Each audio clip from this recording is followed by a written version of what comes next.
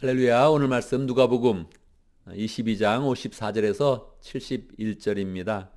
오늘 내용은 두 가지 사건이 기록되어져 있습니다. 첫 번째 내용은 베드로가 예수님이 체포된 그 장소로 따라가서 세 번 부인하게 되는 그런 내용이 기록되어져 있고요. 두 번째는 예수님께서 고난받는 그런 내용, 또 모욕당하시는 그런 그 내용이 구체적으로 기록되어져 있습니다.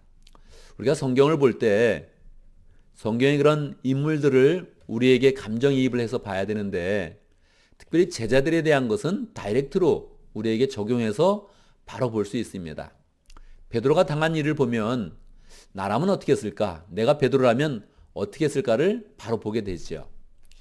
예수님께서 갑자기 대제사장들과 유대인들에게 끌려서 체포당해서 가셨을 때 제자들은 깜짝 놀랐습니다.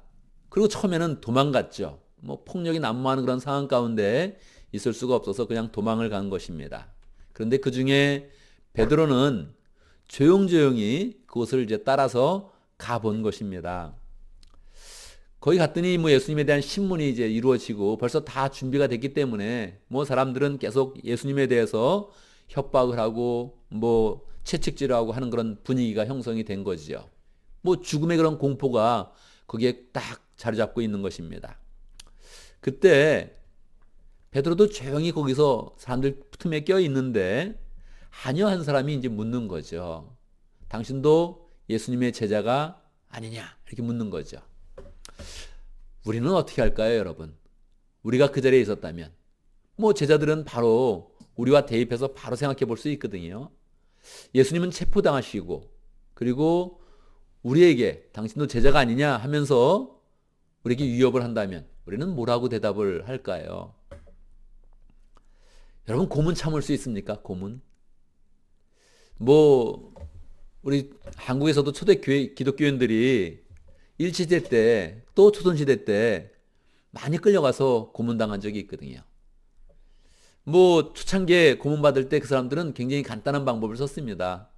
예수님의 사진을 두거나 아니면 십자가를 그냥 두고서 네가 이거 밟고만 지나가면 더 이상 고문하지 않는다. 더 이상 죄를 묻지 않겠다. 밟고 지나가겠냐? 이렇게 해가지고 보통은 이제 회유를 했죠.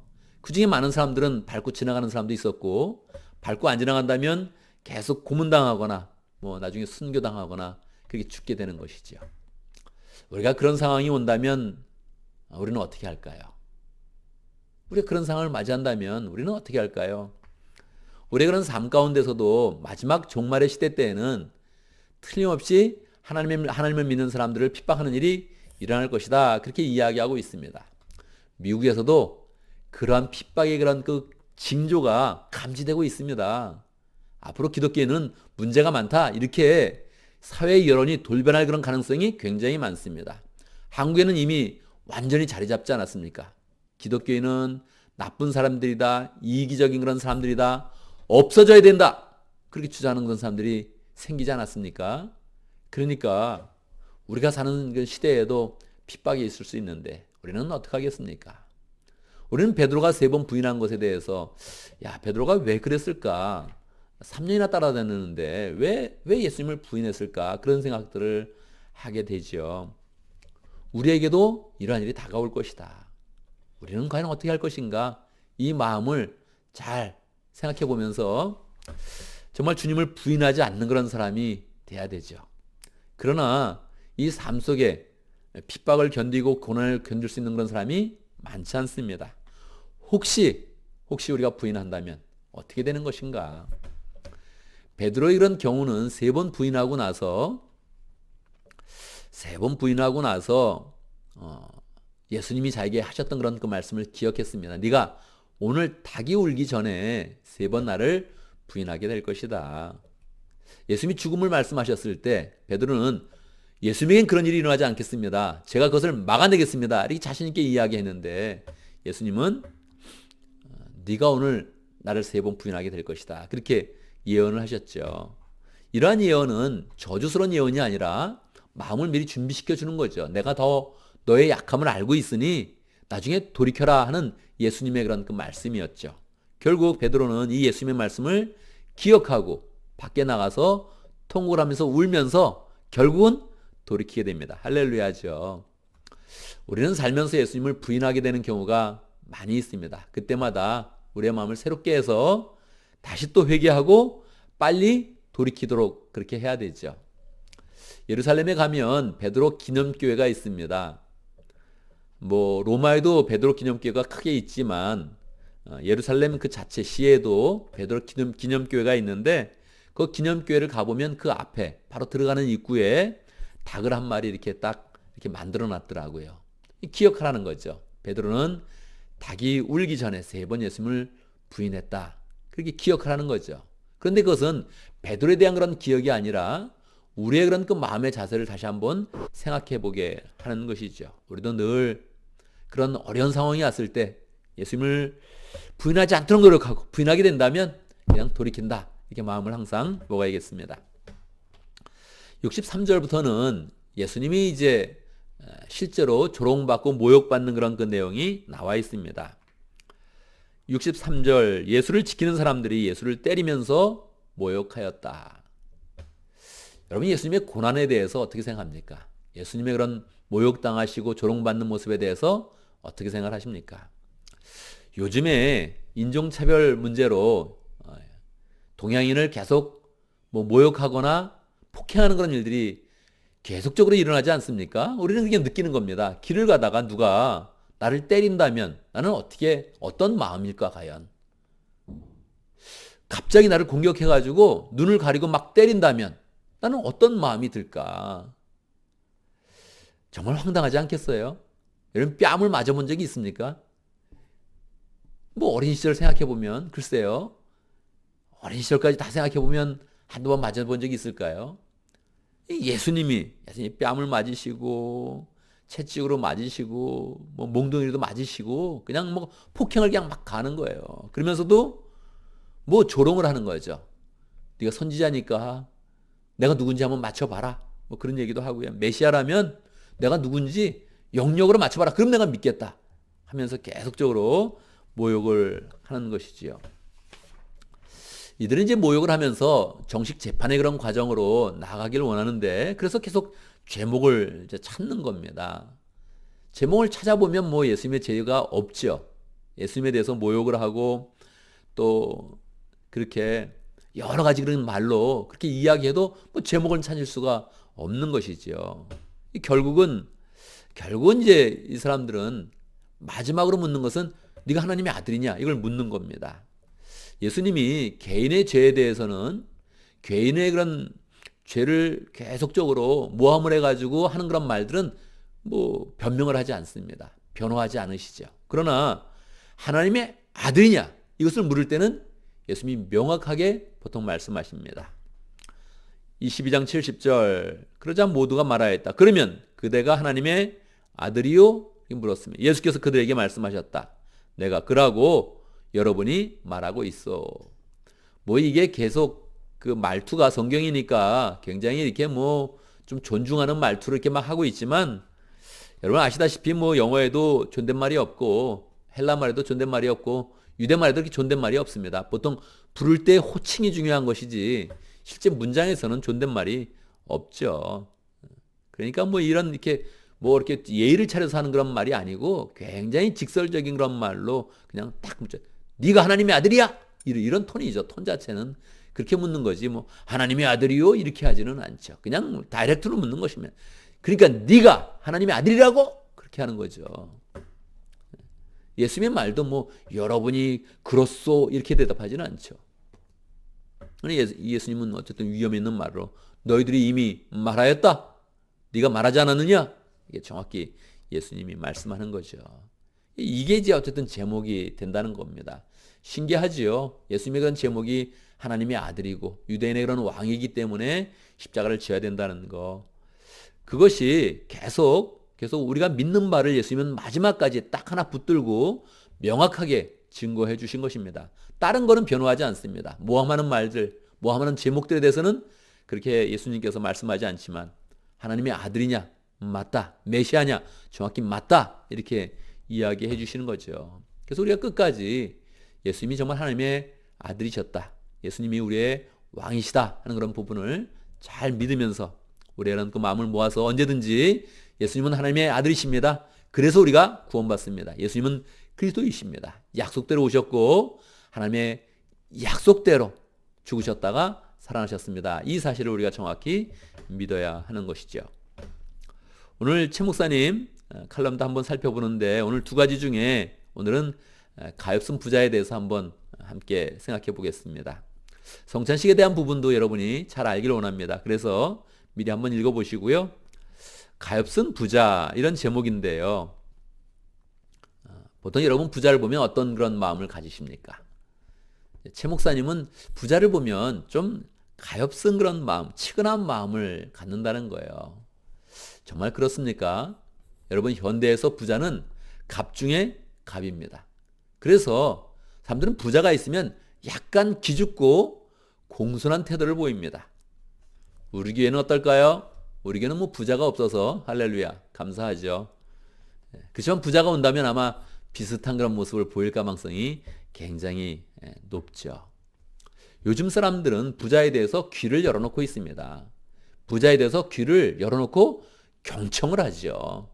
워런 버핏이 함께 식사하는 그런 가격이 점심 한 번 먹으면 10만 불은 넘는다. 뭐 어떨 땐 100만 불이 된다. 뭐 그래도 사람들은 줄을 서서 먹으려고 하죠. 왜 그렇습니까? 같이 밥 먹으면 워런 버핏 주는 소스가 하나 있다는 거예요. 그 소스를 가지고 투자를 하면 100만 불을 얻을 수 있다는 거죠. 그러니까 사람들은 부자의 말에 귀를 기울여서 나도 한번 그 길을 가보겠다. 나도 한번 불을 잡아보고 싶다. 그런 마음을 이제 갖는 거죠.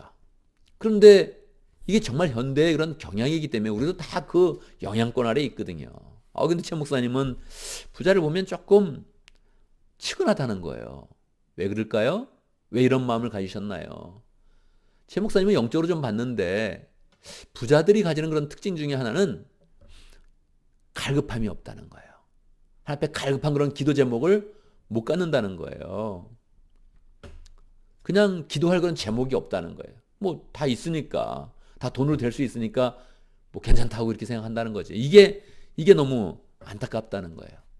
사람들은 목마름이 있어야 되는데, 특별히 이 영적인 존재들은 하나님에 대해서, 하나님의 은혜에 대해서 목마름이 있어야 되는데 목마름이 없다는 거예요. 그래서 불쌍하다는 거예요. 뭐 실제로 그 휴던 교회에 옛날 그 골프 선수 유명한 그런 남자 골프 선수가 거기 다녔죠. 그 사람은 보통 한 번 이렇게 우승을 하면 한 100만 불 정도 받는데 바로 이렇게 11조를 냈대요. 그러니까 10만 불 내는 거예요. 10만 불 딱 한번 내는 거죠. 그리고 뭐 돌아다니면서도 같이 그 골프 경기를 할 때 그 지역에 있는 그런 교회를 찾아간다 그래요. 그래서 거기서 또 그 경기 속에 받은 상금에 딱 이렇게 11조를 딱 낸대요. 그러니까 보통 이제 몇만 불을 딱 내는 거예요. 적어도 몇만 불을 이렇게 딱 내니까 뭐 경기가 있으면 그 사람이 왔으면 좋겠다. 뭐 그런 마음들을 갖는다는 거죠. 근데 제가 직접 가서 봤어요. 사람들이 얘기를 해주더라고요. 목사님이 그 선수 불러다가 몇 번 야단을 쳤다. 맨날 하나님의 도우심으로 이렇게 됐다. 난 하나님의 은혜로 이렇게 맨날 이렇게 한다. 언제까지 그런 얘기만 하냐는 거예요. 언제까지 그런 얘기 할 거냐? 사람이 목자가 돼야지. 언제까지 돌아다니면서 하나님의 은혜로 내가 이렇게 선수가 됐다, 훌륭한 선수가 됐다. 언제까지 그런 간증만 하냐는 거예요. 여러 번 야단 쳤다는 거죠. 제가 그 얘기를 들을 때만 해도 그 사람이 거기에 이렇게 뭐 유명한 그런 선수로 있었거든요. 선수 현역 시절이니까 저도 볼 때 그러셨구나 뭐 그런 생각들을 했어요. 근데 이게 시간이 좀 지나고 나니까 벌써 이제 그게 한 10년 넘었잖아요. 넘고 나니까 최 목사님의 그런 그 말씀이 딱 생각이 되더라고요. 이게 다 사람이 잘 나가도 다 한때거든요. 뭐 10년 지나고 20년 지나면 계속 골프 치는 게 아니란 말이에요. 계속 선수로 있는 게 아니에요. 그러면 정말 인생에 목마름을 가지고 우리가 무엇을 해야 될지를 정확히 생각해야 되는 거거든요. 이게 우리도 마찬가지입니다. 여러분, 부자는 치근하다 이렇게 얘기했을 때 여러분 어떤 느낌이 드십니까? 여러분 정말 치근한 사람은 누군지 아세요? 부자도 아니면서 목마름이 없는 사람. 제일 치근한 사람이죠. 부자도 아닌데 갈급한 마음이 없는 사람. 정말 치근한 그런 사람이죠. 여러분 이거는 부자에 대해서만 이렇게 이야기하는 것이 아니죠. 정말 우리의 그런 삶 가운데 목마름이 있어야 된다. 갈급함이 있어야 된다는 것을 명확히 말씀해 주시는 것이지. 아니 뭐 부자를 뭐 지금 공격합니까? 절대 안 되죠. 부자는 존경받아야 마땅한 사람이에요. 부자의 성실성으로 하면 부자만큼 따라갈 사람이 없어요. 성실하지 않으면 돈은 절대 모이지 않습니다. 이거는 부자를 공격하는 그런 말로 쓰면 절대 안 되죠. 우리 그런 삶 가운데 가장 필요한 것이 목마름이구나. 야, 갈급함이구나. 그게 있을 때 하나님께 기도하면 하나님께 응답을 받으면서 우리가 참 행복으로 나가는 거구나 하는 것을 우리가 알게 되는 거죠. 그래서 제가 학영삼을 공부하면서도 어떤 부분이 약하냐 했더니 다 한결같이 얘기하더라고요. 저는 좀 돈을 사랑합니다. 뭐 돈을 추구합니다. 그런 얘기 많이 하더라고요. 돈 사랑하고 추구하는데도 돈 버는 사람이 없는 거예요. 제가 보면. 그게 얼마나 한심합니까? 돈을 추구했으면 돈을 좀 벌어야지. 돈을 사랑했으면 돈을 좀 쌓아놔야지. 돈을 추구하는데 돈도 못 벌고 돈도 뭐 쌓는 것도 아니고 그리고 갈급함도 없고 영적으로 훌륭하지도 않고 이 뭐 하는 일입니까? 얼마나 비참한 일입니까? 절대 그렇게 가면 안 되죠. 우리의 삶 가운데 돈에 상관없이 하나님 앞에 겸손한 마음을 가지고 갈급한 마음을 가져서 하나님이 부어주시는 축복 가운데서 우리의 삶이 평안하고 하나님이 부어주시는 축복 가운데서 우리의 삶에 은혜가 넘치는 그런 삶을 살아야겠죠. 오늘도 말씀과 칼럼을 생각하면서 함께 기도하는 그런 시간 갖도록 하겠습니다. 베드로와 같은 그런 상황이 오게 될 때 우리의 그런 삶 가운데 주님을 부인하지 않는 신앙을 가질 수 있도록 한번 기도하고, 우리가 너무 약해서 주님을 부인하는 그런 경우가 와도 다시 빨리 회복해서 주님을 고백하고 주님의 그런 제자로 온전히 설 수 있도록, 주님의 고난에 대해서 감사하고 정말 주님이 우리 때문에 고난을 받으신 것인데 정말 주님 감사합니다, 이런 마음을 갖고 주님과 동행하는 또 하루 될 수 있도록, 한 주간 될 수 있도록 우리의 마음 가운데 늘 하나님에 대해서 갈급한 마음을 가질 수 있도록 함께 기도합니다. 제가 먼저 기도하고요, 여러분 5겹줄로 나눠서 기도할 때 더 열심히 기도하면 좋겠습니다. 제가 기도하겠습니다. 하나님 아버지 감사합니다. 우리 예수님 보내주셔서 주님이 우리 대신 고난을 받는 가운데 우리에게는 주님이 부으시는 영생과 은혜와 축복이 늘 넘쳐나게 됨을 감사합니다. 우리가 고난 주간을 맞이해서 주님의 고난을 더 깊이 생각합니다. 주님께 감사하는 마음으로 주님과 동행하고 늘 주의 은혜가 충만한 삶을 살 수 있도록 인도하여 주시옵소서. 하나님 아버지, 이 세상에는 하나님 믿는 사람에 대한 그런 핍박이 올 것인데 우리의 마음이 늘 준비되어서 주님을 부인하지 않고 끝까지 주님과 신을 지키고 믿음을 온전히 고백하면서 이 세상 가운데 하나님의 능력과 믿음을 나타내는 복된 사람 될 수 있도록 인도하여 주옵소서.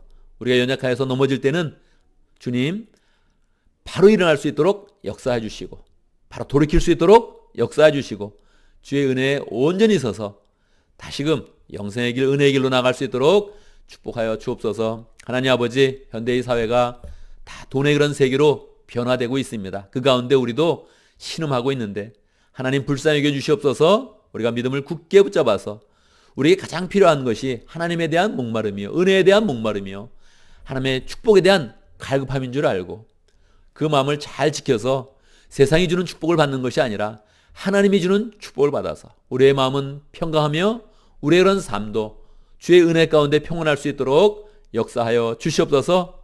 우리가 하나님을 붙잡으면서 모든 것을 붙잡는, 모든 것을 가진 그런 복된 삶을 잘 살아갈 수 있도록 인도하여 주옵소서.